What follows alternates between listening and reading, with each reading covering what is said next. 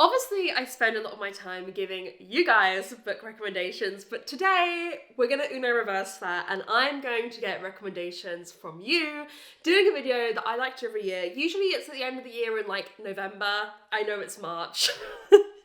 The move changed some things, it switched some things up, but today I'm going to be reading your best books of 2025. I asked on my YouTube community page and on Instagram what your best books of 2025 were, and I'm going to be reading the most popular ones from that. I love doing this video every year.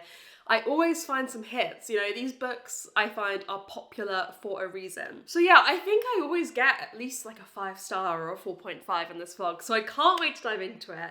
Before we get into the reading though, I want to talk about something that I hope is going to feature as one of my best things of 2026, so let's get into it. So what I'm hoping might be one of my highlights of 2026 is crafting, is getting more into crafting hobbies. I know a lot of you feel the same. I know a lot of us are like itching to get into knitting or crocheting or sewing or pottery or painting or whatever it happens to be. And so yeah, crafting I'm hopefully making into a big part of my 2026, and I want to give a shout out to the sponsor of today's video, which is Craftsy, which has been a huge part of me getting into crafting so far this year. I have an amazing offer for you guys today with Craftsy, so stick around because truly I think this is one of the most amazing sponsorship offers. I've had it a few times, and if you haven't made use of it by now, what are you doing? Because it's truly amazing. Craftsy is your online resource for all things creative. They have classes on all crafts you can imagine, be that painting, knitting, sewing, cake decorating, crocheting, anything you can imagine. There are classes on there for all levels. So if you're a complete beginner like me, there are classes that you can take on there. But if you are like a knitting profesh, babe, if you know how to knit, there's also classes on there you can take to really level up your knitting or whatever craft it may be. So I've been taking the class Perfect Knits Every Time, Understanding Knitting Patterns with Kate Atherley.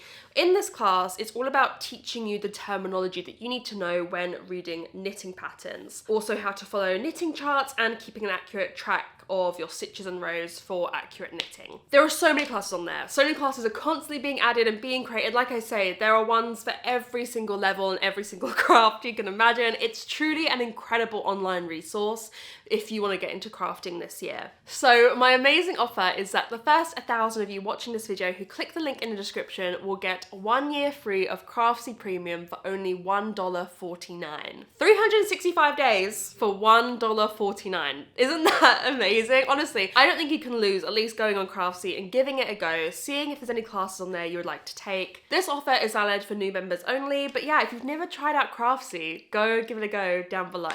Okay, let's chat most popular books, what came up the most. Let's start with the books I have read, because by far and away, the most popular book that everyone said was their best book of 2025 is a book I have read. And it's no coincidence, it was my best book of 2025, Atmosphere by Taylor Jenkins Reid. The girlies loved it. What can you say? The girlies loved it. And I am biased, but I do think it deserves it. Yeah, not a surprise to me. It's an outstanding book. It's an outstanding book. The other book that I want to shout out, 10 people said Project Hail Mary, which I have read. And I do want to say, I don't think I've said in a vlog, I saw Project Hail Mary and I fucking loved it. I loved it. What a film. Cinema. That's cinema to me. Ryan Gosling. I don't know why I underestimated you. Like, truly outstanding. Done with physical effects. Read the book, watch the film. And you could do that in any order, I think. I was talking to my patrons about it. I don't think it's the kind of film that watching it would ruin the book for you. Like, I think you could read the book then watch the film, or watch the film then read the book, and you'll enjoy it either way. Then it drops off massively. 5 people said The Favourites by Lane Fargo. 4 said I Who Have Never Known Men, which I think I read for this book the year previous. For this vlog, sorry, the year previous. We Used to Live Here, which I think I read for the vlog the year previous. Certain books come up again and again in this vlog. But anyways, let's get into it. So, the first book I'm going to be reading, 12 people said, and that is Dungeon Crawler Carl by Matt Dinnerman. I am so excited to see what I think of this. I have been meaning to read this for 10,000 years. People have been telling me to read this for so long. I just know you've got Carl, the world ends, he ends up in this like reality TV show that's in a fighting dungeon, and there's Princess Donut, who is Dida. Do you want a bit of Dida cam? You're gonna see all my washing though, but to be honest, I don't care. There she is. Resplendent Queen on our moving boxes still that I haven't moved. I will be moving them soon. We're gonna be moving out of this room soon. Let me just say that. But yeah, I'm excited to read Dida in book form. I've heard such great things about it. So obviously, if it's the #1 book that I have not yet read that people said was their favorite book of the year, I am a bit intimidated by it because this whole series has really blown up this past year. But I'm excited to see what I think of it. I do big things with big deal people. And guess what? I'm a big fucking deal. Then with 10 people said Wild Dark Shore by Charlotte McConaughey. Again, very intrigued about this. I'm gonna be honest, this one and the next one, I'm not as clued in the plot. This is a book that I think was like on my most anticipated releases of 2025 that I've owned for quite some time. But do I really know the plot? No. I know it's to do with like environment. I think it's an environmental thriller almost, a bit leaning contemporary. I think we're following a lot of characters in this isolated setting, but that's all I really need to know. I don't want to know a lot about this. I want to go into it to see what I think of it. But I have watched and heard so many people love this. I remember Kayla loved it, loads of people in my Patreon have loved it and given it 5 stars. And I've never read a book by Charlotte McConaughey, but everyone tells me that I'm really gonna enjoy this. So I'm excited for that. Then 10 people did say Sunrise on the Reaping by Suzanne Collins. I'm not gonna be reading Sunrise on the Reaping because I actually was supposed to read this for the Goodreads Choice Awards winner vlog. That just makes it 2 vlogs where I'm supposed to be reading this and I'm refusing. I can't do it. My heart is saying no. I have not read any Hunger Games book ever. And I know some people, when I said in that vlog I'm not reading it because I haven't read Hunger Games book, they're like, oh, it's a standalone. You cannot tell me that I would get the same enjoyment from Sunrise on the Reaping having never read a Hunger Games book versus have. Like, the people who love Sunrise on the Reaping are because they love the Hunger Games series and how that book is referential to the rest of the Hunger Games series or giving answers to what happened in some parts of the rest of the Hunger Games series. However, I am going to be reading this before the year is up. At some point this year, maybe close to when the movie for this comes out, I don't know yet, I'm gonna read every Hunger Games book. I'm gonna read the original trilogy, I'm gonna read, what is the other one called? The one about snow? I can't remember what this book is called. There's a snake on the...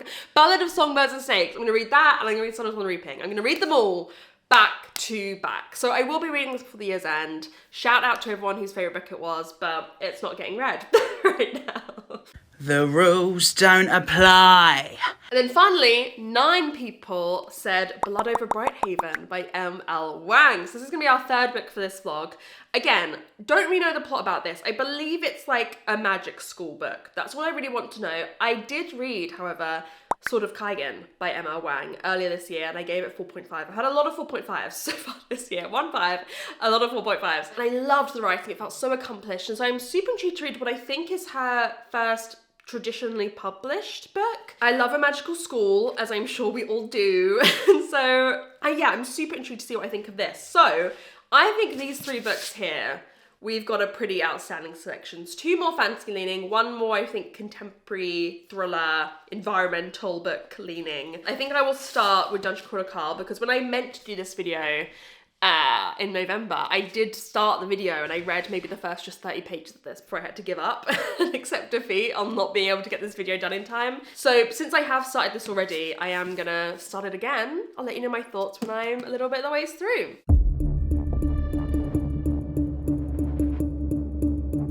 Hello friends, I have started my first book for this vlog. I'm loving it. I'm 100 pages in, so I'm not super far in, but I am obsessed. So it opens up with basically the world ending. Our guy Carl, has to save Donut. Okay, no, let me start again. Donut the cat dives out a window. It's his ex-girlfriend's cat who he's looking after. And he goes out with her and he's like, okay, Donut, we gotta get inside. And at that point, everything that's on Earth gets sucked down. And it turns out that anyone who was inside is dead. And he enters this dungeon that is a reality TV show, survival. You gotta kill everyone to survive. There's these levels to it. And we go from there. Princess Donut, fucking icon. To be completely honest, she needs no help because she is a diva. Yeah. She's perfect the way she is. Everyone who's told me that Dida is Princess Donut, very much. Dida very much has Princess Donut energy, totally and completely. I love Princess Donut. I love a cat, right? I love a cat, and I'm very passionate about this. If you're gonna have a cat character who maybe, I don't want to spoil anything, but maybe speaks or has some sort of inner monologue or whatever, they must speak like a cat. It annoys me when there's a cat and they don't have the correct cat energy. And I don't even need to describe what that cat energy is. You just know it's either got it or it hasn't. And this has it. Like, doesn't give a shit, wants their way. They are the most important being in the world. Like, that is essential. And this has it. And I'm enjoying, I've never really read anything like this before. Is it lit RPG? Is that what the kids call it? I don't know. This kind of gamification style thing, but I'm really enjoying it. I immediately want to recommend it to my brother and my dad, because my brother plays a lot of like Dungeons and Dragons, which I guess, I don't even know, I've never played Dungeons and Dragons. I gotta ask him, but I guess is kind of similar to the vibes of this, like the loot boxes that they get and like the items that they get for the fights. And I just feel like he would love it, and I feel like my dad would really enjoy it too, so I need to recommend this to them. But I think it's really well written. It's not fast paced, it's slow. I think this is a book that is meant to be savoured and enjoyed. I'm intrigued as to, like, there's levels to this dungeon, right?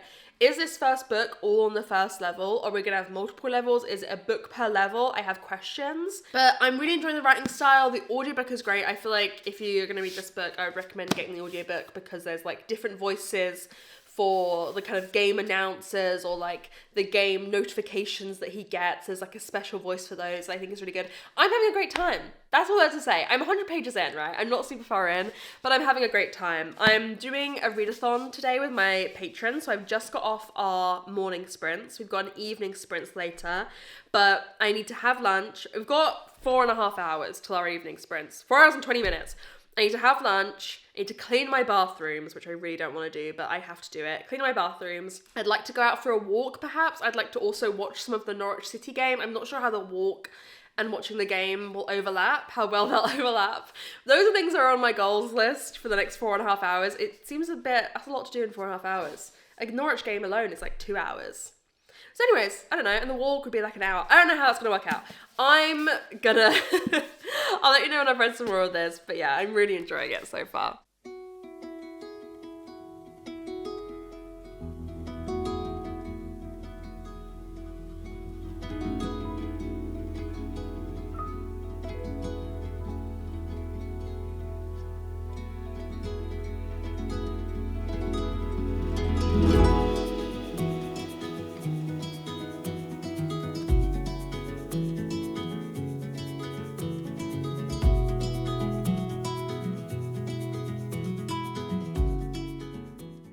It is sunny out, my neighbours are listening to the radio. Apologies if you can hear any sounds. But let's chat Dungeon Corner Carl. I am giving it 4.5 stars. I loved this. I loved this book so much.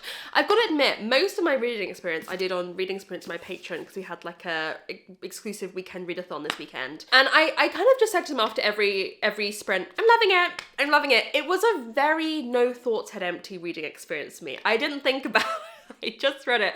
But for me, that often is a sign of a good book, because I am obviously a book reviewer. And so often when I'm reading books, I'm thinking about it, right? I'm thinking about, do I like how it's done this? Do I like how it's done this? I'm evaluating it as I read. This was a reading experience for me where I had no thoughts, baby. I just sat back and let Matt Dinnerman steal the show. I really, really enjoyed this. A lot of what I think I said, I can't remember what I last said in the last clip, but a lot of what I think I said still stands. You know, I loved the video game element. I've already recommended this to my dad and brother and be like, you need to read this because I love video games. I loved the loot boxes. I loved defeating the bosses. I love Princess Donut with my whole heart. I am obsessed. I am obsessed with Princess Donut. Like, genuinely, this book made me laugh, and I think that's quite a high bar these days, a book to make me laugh. It doesn't happen. It doesn't happen every day, and I chuckled many a time. I love Carl also as a main character. I love their relationship, and I'm so excited to see this world grow. I will say, I think many of you should go in with the expectation, if you haven't read this yet, with the expectation that this, I feel like, doesn't quite have the usual story arc structure you expect with a book, like a peak and then a denouement, and, you know, the usual story arc structure that you know. I don't think it really has that. Like, the ending, if you're wanting a traditional book, could feel a bit disappointing, feel a bit unfinished, but like, this series is about the series. Like, we are telling a story across 9 books already or something, and 8 books at this point, and it's gonna have like peaks and troughs, many peaks and troughs with each book. So like, I'd say one of the peaks of this book was kind of halfway through, right? It's gonna have many peaks and troughs throughout the book that doesn't follow a usual story pattern, and I don't hate that, right? I'm down for the long haul. I'm ready to start this series. I'm ready to make progress on the series, and I'm so excited to read the second one already. I feel like I need to keep the momentum going. Like, I feel like I need to read at least another 2 this year or something in the series to keep the momentum going of getting through it. But I love the audiobook, and I cannot recommend the audiobook enough if you haven't read this yet. And it was just a great fun time. It's just not quite a 5, but I am being so stingy with my 5s this year. That makes this my 4th 4.5 of the year. Like, I'm giving out a lot of 4.5s. I'm reading a lot of books that I really, really enjoy. I've given out 1 5. For some reason, the 5s are stingy. But I feel like this is the series that by book 4, I'll probably be giving it a 5. Or maybe even earlier, you know? Like, you are with these characters for the long haul. I'm also really interested in some of the like world political elements that we've only touched on, like the corporation that is running this whole reality TV dungeon experience. Like, we have a character, I think called Zed or Zeb. Spoiler alert a little bit, but I mean, their contact, they're kind of like manager almost, like appearance manager, because there's like talk shows that they can go on whilst being in the dungeon to like promote themselves. That was one of my favorite moments when I almost called her Dida, when Donut was on one of the reality TV shows. That was very fun. And just like seeing the hints of that, like the wider world that I feel like Matt Dinnerman is going to expand this into, wider characters and wider ramifications for what's really going on here in this reality TV show Fight to the Death dungeon. That intrigues me a lot. So yeah, this was a great recommendation. I can see why it was so many people's favourite book of the year. I can't wait to make more progress. I like Mordecai as a character. I love like the little moments where we get a description of like an item or like a monster that appears, and like the description that we get and their level. I think it's so fun. Also, I think I don't really have anything to compare this to, right? I've never really read anything like this. It's a very unique book. And so, yeah, I just really enjoyed it. I had a lot of fun with it. It was a great time. I now think I'm going to start Wild Duck Shore to break up the 2 kind of fantasy books we have. And I'm super excited to see what I think of that. Can't speak. The audiobook for that has also been highly recommended to me. I think it's got like 4 narrators. So I'm excited. I'm loving reading. The sun is out. Life is good. Don't you just love reading? I know I'm reading a bit less this year, but I'm loving reading. Like, I'm really enjoying my reading when I'm doing it. And books are great. Books what makes the world go round. Anyways, I'll see you hopefully a little bit later this evening with my initial thoughts on Wild Duck Shore.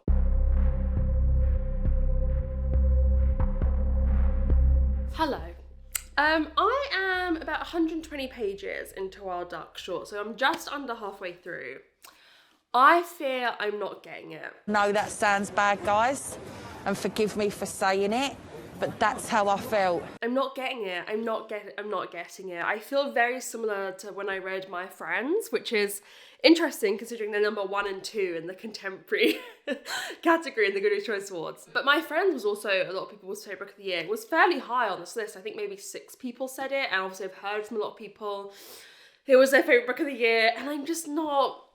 It's not clicking. I can almost see why other people love it, but it's not clicking for me personally. So the plot of this, you don't want to know too much going into it. We have got this man and his 3 children who live on this extremely, extremely isolated island. They are kind of the caretakers for this island, and a woman washes up on shore, almost dead, and they kind of nurse her back to life, and it goes from there. They both have secrets that they're keeping from each other. And when I heard people review this book, right, people would say, like, it's so poignant, the writing is so poignant, it has these, like, observations on life or the world or where we're headed as a society and stuff like that. Or people would talk about, you know, the character motivations and like really, really well-written characters, really interesting, dynamic, layered characters that have very like compelling motivations for doing things. I'm not there on either of those things. I'm a bit bored, if I'm honest with you. Bored shitless! And I don't want to admit that. I think like part of me, maybe 20 pages ago, was going to come and be like, oh, it's fine, you know, I'm interested to see where it goes. If I'm truthful with myself, I'm bored. But I almost feel like I shouldn't be. Like, I feel like that's sacrilegious. I feel like I can't say that. I'm not particularly attached to the characters. They're not particularly interesting to me. In contrast to My Friends, where I was reading that and being like, oh my God, there's moments where the writing is really poignant. It says something about life that is so like, hits home, so beautiful. I haven't felt like that once nothing has been said where I'm like, oh my god, yeah, you've connected the dots. I'm not getting it. I'm not getting it. I mean, here's the thing, I'm under halfway through, right? We have a lot of book left for it to win me over. I'm interested in like Fen, the daughter, kind of what's been happening with her. I think she's the most interesting character so far. But yeah, not a very interesting check-in because I'm not very interested. I'm not connecting with this book. But that's why reading is great, because there's books I love that I will recommend to you, and you'll be like, what the heck is this? You know, some people don't get The Strange Case of the Alchemist's Daughter, some people do. You either get it or you don't. That is one of my favourite books of all time. I can accept that some people will read that and be like, that's shit. Even people who I have very similar reading taste to, in terms of mysteries, have read that and been like, it's shit. Okay? But then a lot of people also read it and be like, greatest fiction known to man, greatest fiction known to man. So, you know, like, it would be boring if you all like the same stuff, but I am sad because I was anticipating this, and I've heard so much said about this author, right? This, like, more than other people, this author's craft in terms of writing, this author's craft in terms of characters, and it's just not clicking for me. However, we're gonna go read on the beach now. We're gonna walk down to the beach. It's a sunny morning, so we're gonna go walk down to the beach, and I'm gonna do some reading there. But yeah, I'm not getting what everyone else seems to get.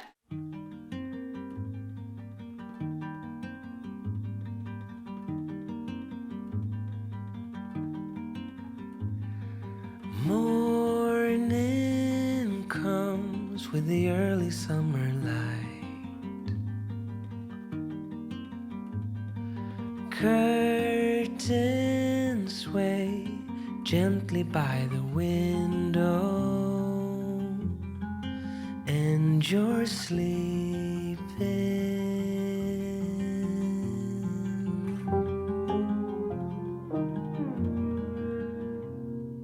Tender wind dancing. Okay, I have finished Wild Duck Shore by Charlotte McConaughey. I'm giving this 3.5 stars. I feel very, very similarly to how I felt about My Friends, in that I don't get it. I'm not connecting. I didn't connect to the characters. They felt at a distance to me. They felt like I was seeing them and the story through a fog. Like I could see the outline of the thing. I could see what it was trying to be, what it was shooting for, but I felt disconnected from it.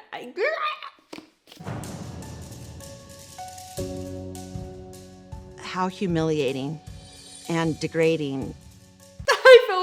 I feel embarrassed about this one. I feel like it makes me feel like my IQ is significantly less than everyone else's. You know, I really enjoyed the setting we were in. It's a very visceral, overwhelming, insurmountable setting, and I thought that added a really interesting element to the book. Now, the last 100 pages of this, very strong. I originally was probably going to give this a 3, and it raised up to a 3.5. The last 100 pages, everything starts to come together. You start to see answers for stuff. But I think because this really is like a literary thriller, in a way, some of those answers felt small to me because they were the kind of answers you would get in a thriller, right? A shock moment, a reveal, but they weren't done with the same camp.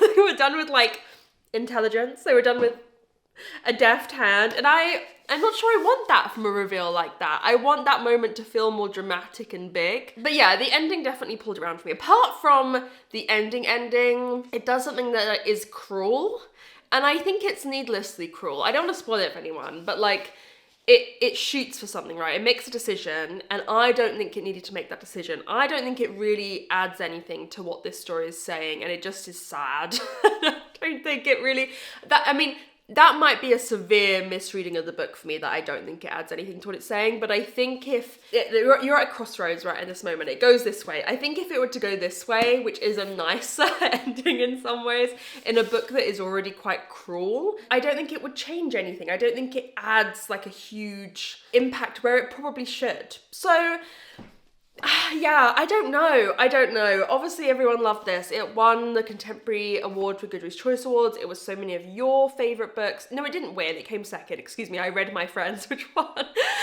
But I did tell a bit of a lie there. But it came second. You know, it was so many people whose reading taste I trust and I have a similar reading taste to gave this 5 stars, but I just think there's something about the writing, the characters, that just isn't personally for me, right? I guess I can see how, but I just feel like I kind of read a different book to everyone. But this is what I've been saying recently, right? Some books connect, some books don't, right? I loved Dungeon Crawler Carl. I can kind of see how someone could read that. I mean, obviously everyone loves Dungeon Crawler Carl, but I can actually see how someone could read that and not connect and give it 3 stars, right? Not every book is for everyone. And with both this and My Friends, I just have this like overwhelming feeling of, well, I guess it's just ain't for me. I guess I'm the only one. I guess I'm the outlier. So yeah, what can I say? What can I say? That's where we are. I don't think I would rush to read another Charlotte McConaughey because I think some of this was the writing. I think there were moments, there was like 2 great lines. 2 great moments where I almost cried. I was doing my makeup, otherwise I would have cried. But there were moments where there were these end of chapter lines, dramatic end of chapter line, where it was trying to be poignant, and I was like, nah. Sure, babe, sure. I'm now gonna read Blood Over Brighthaven. I'm actually gonna do quite a lot of reading today. The weather isn't very nice, so my plan is to hopefully get at least halfway through today. I'll let you know my thoughts when I'm a bit of the ways through, but I feel like, you know, I've already given Sword of Kaigen 4.5 stars, and something about the setting of this, from my understanding, is like a magical school, I feel like could be 5-star material for me, so I'm excited to see what I think of it.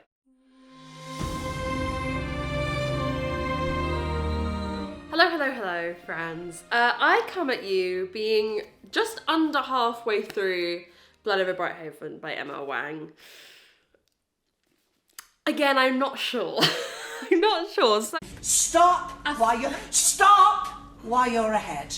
So we're just a brief synopsis is we're following Siona. I'm just gonna read out some of the stuff it says in the back because it actually sums it up better than I can.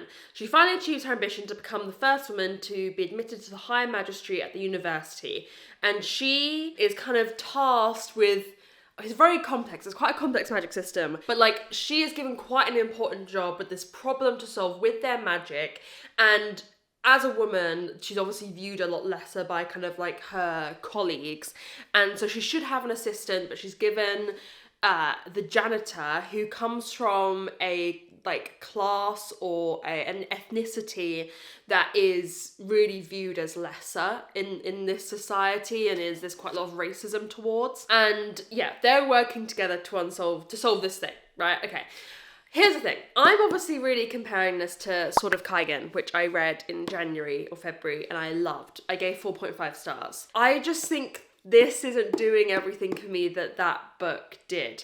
So Sword of Kaigen feels, I say Kaigen, it's wrong, okay. It feels very large, right? It feels like a large world, a large book. You're following generations of characters, you're following different families of characters. There's a lot of relationships, there's a lot of characters who are all going through their own stuff. It feels so like dense in a good way and like really detailed. In this, we're only really following Siona. It's her story, she's the star, she's the it girl, and so far we've mostly been just her and Tomil in the lab working on this thing together for like 200 pages.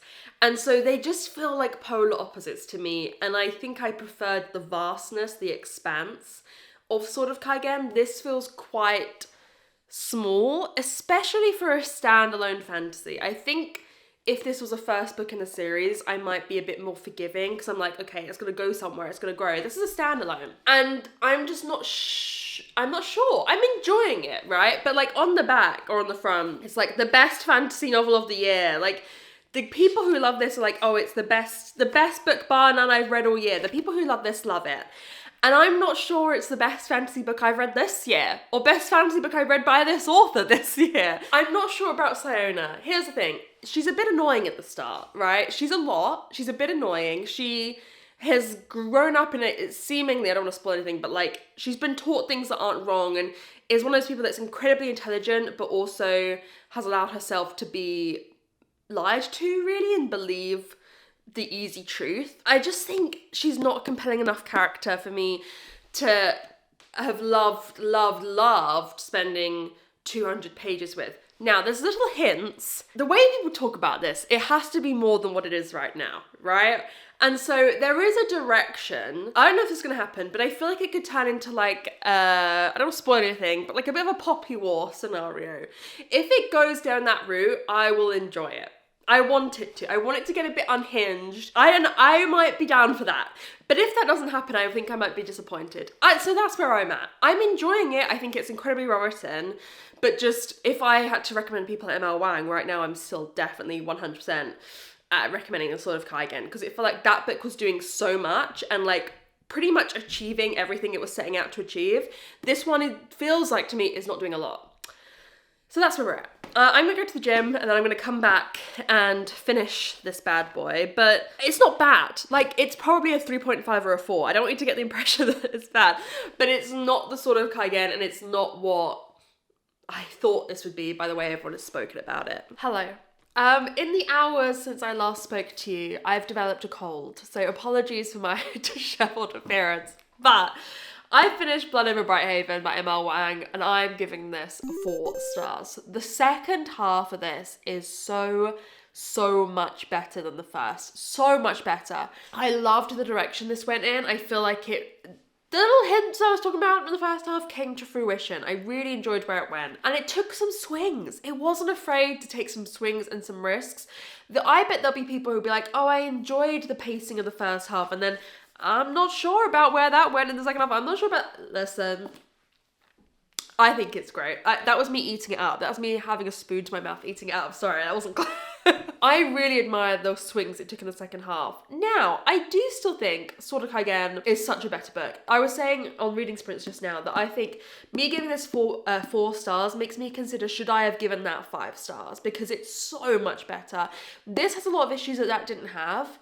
And so I don't really get that. I think the writing was better in Sword of Kaigen. I think the pacing, I think it's more interesting, there's more going on. But maybe that's something that she could do in that kind of self-pub book, and this being traditionally published, it feels like it has a more typical story arc, which Sword of Kaigen doesn't have. It kind of has its peak in the middle, then you have like 300 pages of the aftermath, which is very unusual. You have no aftermath in this, let me tell you. It's like, bang, bye. I still don't get why everyone seems to think this is the best fantasy book ever written. Yeah, I think there's a lot better out there. I think it feels a bit like an author in their infancy who is going to get better and better and better. There were elements of this that felt a bit over-explained, a bit, you know, long dialogues between characters. That I didn't love. And I just want to clarify, when I said Serena was annoying in the first half, she's not annoying. In the first half, she does things and you know she could be so much better than that. You know she could be so much more than that, but she does things and says things. You're like, oh, that's why she's annoying. I don't want to get that misconstrued. But yeah, I think this is a good fantasy book. I don't know if I'll ever recommend this though. You know what I mean? I think I would always recommend Sword of Kaigen over this. I think there's many fantasy books I'd recommend over this. But it was a good time. And I enjoy what this book is talking about in its talking about prejudice, misogyny, racism, you know, systems and societies built on upholding kind of class structures or, you know, creating an enemy, creating a subjugated class. I think was all really interesting seeing that explored through a fantasy book. But yeah, I kind of don't get why it's everyone's favourite book. I kind of like, just read Sword of Kaigen. There we have it, friends. I hope you enjoyed me reading your best books of 2025. I'm excited already to see what they are for 2026. Apologies this video was so late. But yeah, let me know in the description if you've read any of these books. Do you have a similar opinion to me on any of them? Did you not get Wild Duck Shore, sadly, either? And let me know again, if you didn't let me know on those original posts, what your best book of 2025 was. Thank you so much for watching, and I'll see you soon in another video. Bye!